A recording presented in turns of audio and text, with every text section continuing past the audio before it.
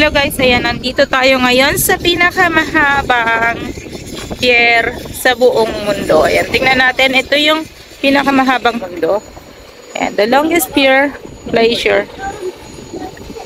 Ayan. Lalakarin natin siya papunta at pabalik. Sa pabalik ay tayo ay mag-train. So, meron dito guys, train. Ayan, may riles. So, meron train dito. Pwede kang sumakay, papunta at pabalik. So, yung family is 1550 yung ride and walk. Ayan, medyo mahangin ngayon.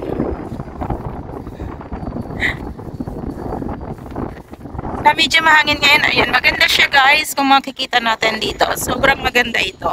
Ito yung pinakamahabang pier na pwedeng lakarin. So, dati na rin namin itong pinuntahan noon. Tapos ngayon may mga under repair. So, medyo mahangin dito. Mas maganda dito pag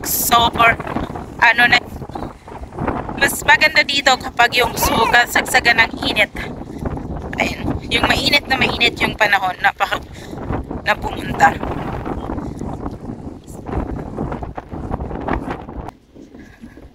So, sa paglalakad natin, meron ding shed. Ayan, may pwedeng tigilan. Oh, yan, nakita mo yung tubig.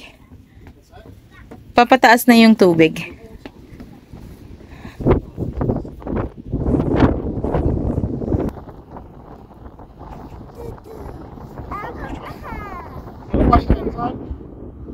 You gonna wave?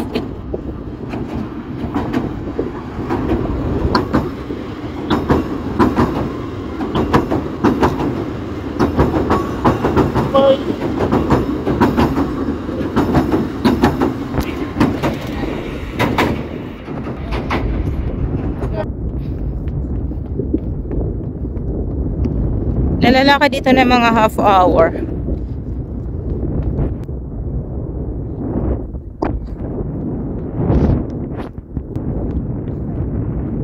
Medyo mahangin ngayon, malamig yung kasi maganda naman yung forecast, dapat maaraw, pero ewan ko ba kasi nagbabago talaga ang panahon.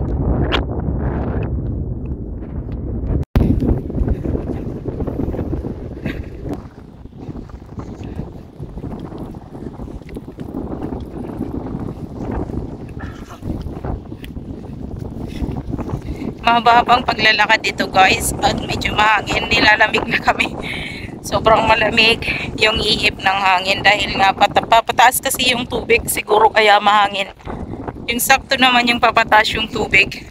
Kasi kanina tahimik naman.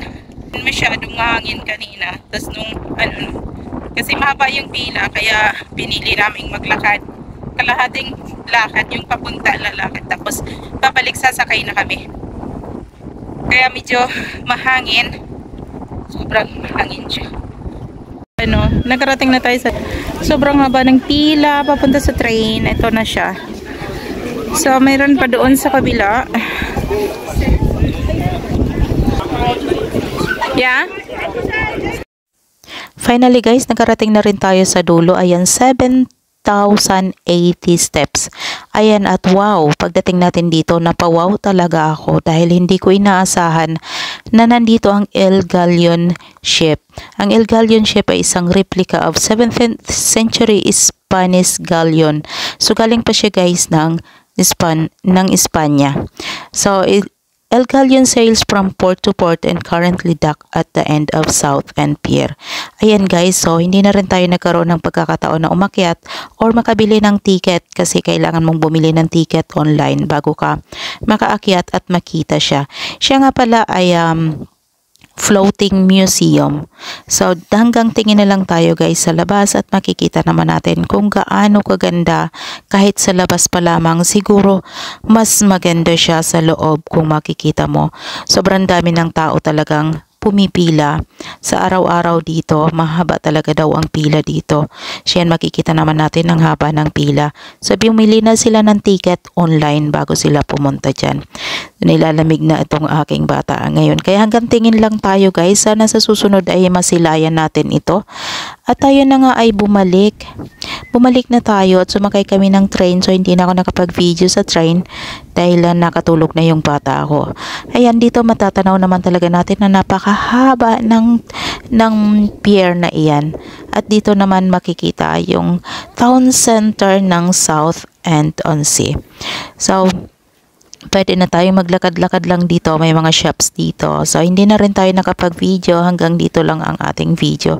So, maglakad-lakad lang, medyo busy din dyan. Thank you so much for watching guys. Follow for more.